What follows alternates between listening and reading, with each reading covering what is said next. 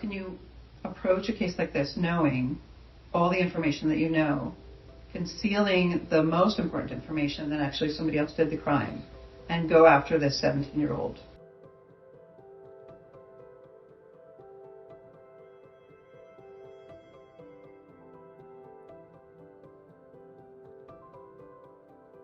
Five days before my 16th birthday, Nathan was born. I was 1 when he was incarcerated.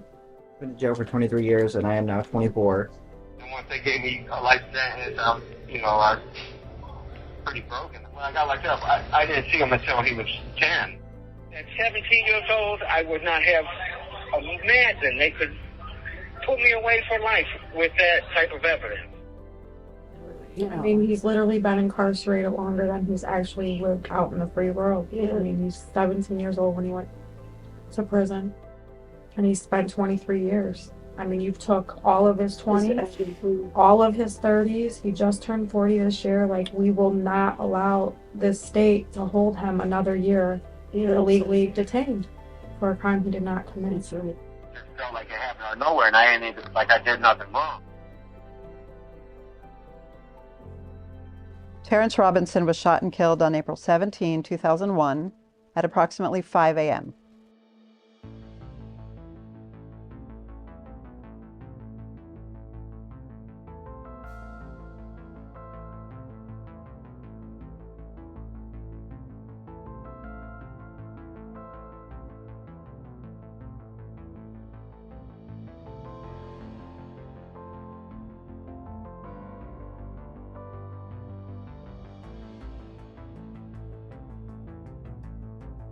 The suspects were seen running east, and it was in fact, my husband was actually west a few streets over.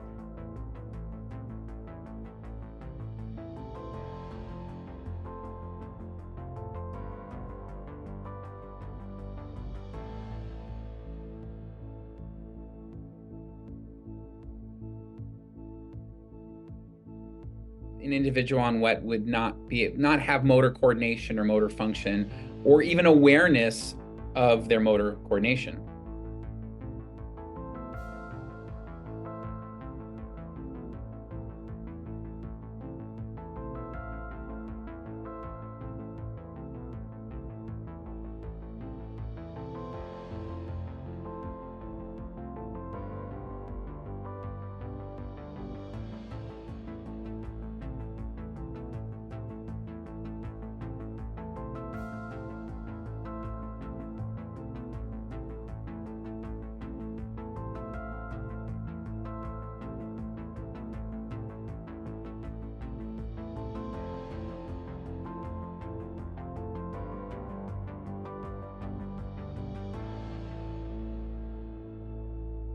She was coaxed and threatened and advised by the police in terms of what she was supposed to say. The prosecutor. So when he had Lynette up on the stand, he wouldn't let her finish a sentence. You can actually read back in the transcripts, and she's looking to the detective to make sure that she's doing what he wants her to do. I remember vividly asking for additional documentation of when he confessed to her, and we weren't allowed to have the information. I ran into Lynette probably 10 years later, made a comment to her, and she had said to me, yeah, I was coerced. Like, they were threatening to take away her kids, and I'm like, oh, fuck.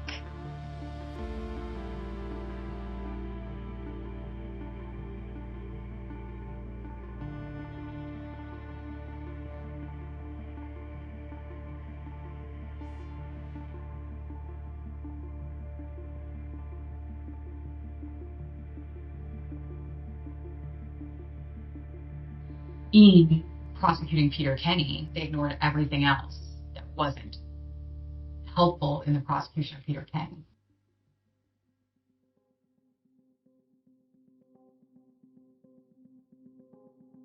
2 weeks before trial, the defense attorney discovered that a person by the name of David Finley overheard take credit for the murder. that there were 2 young boys in the basement who had claimed that they heard the victim yell, "Stop, stop."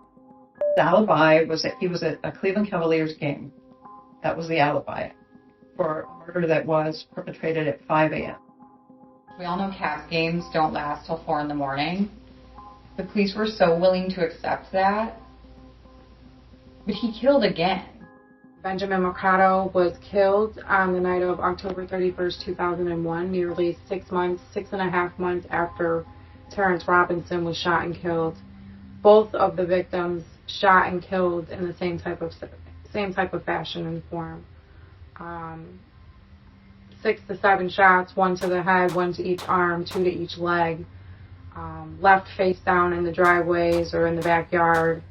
I mean, it's eerie that they had this information that was almost identical, yet they considered, not pursuing as they pursued only Peter. Had they meaningfully considered the evidence in front of them, that second murder should have never happened. He should have been in custody. You've seen the statistics on my windows. 54% of wrongful convictions are a result of police and prosecutorial misconduct. Mike O'Malley, the detective, sat on the stand knowing he had an entire file implicating in the murder that he was testifying against Peter Kenney for, didn't turn it over, didn't testify truthfully. He told everybody who would listen, we think we're this other murder.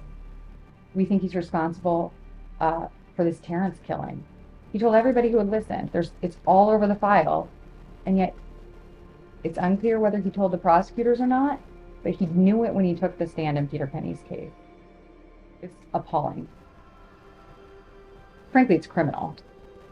Like, he participated in a government-sanctioned kidnapping of Peter Kenney. This case has haunted me for over 20 years as a juror.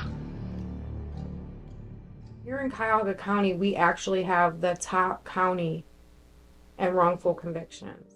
I host wrongful conviction rallies every October 2nd, and when these people show up for the first time, they never knew that someone else was experiencing what their family was experiencing. I got to prison, got my teeth, everything right away, right off the bus. The day I turned 18, they sent me to maximum security. Over 8 years of incarceration and military confinement. Like when he calls and asks what we're eating for dinner, I lie to him sometimes because if you look at my hallway, I eat ramen noodles every day. Because he has to. It's just a mom thing. Because I feel guilty for eating sometimes. I know that the worst this state can do to me is put me in a cell and leave me in there by myself. And I can do that. I can't be broken. You can do whatever you want, and I'm going to survive. And I'm going to get through this by the grace of God and my loved ones. That by my side, my wife, my aunt, my mom, I'm going to make it out of here.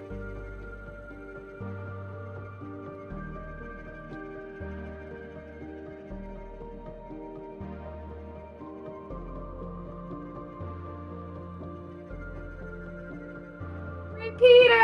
Hey, Peter! Free Peter! Free Peter Kenney!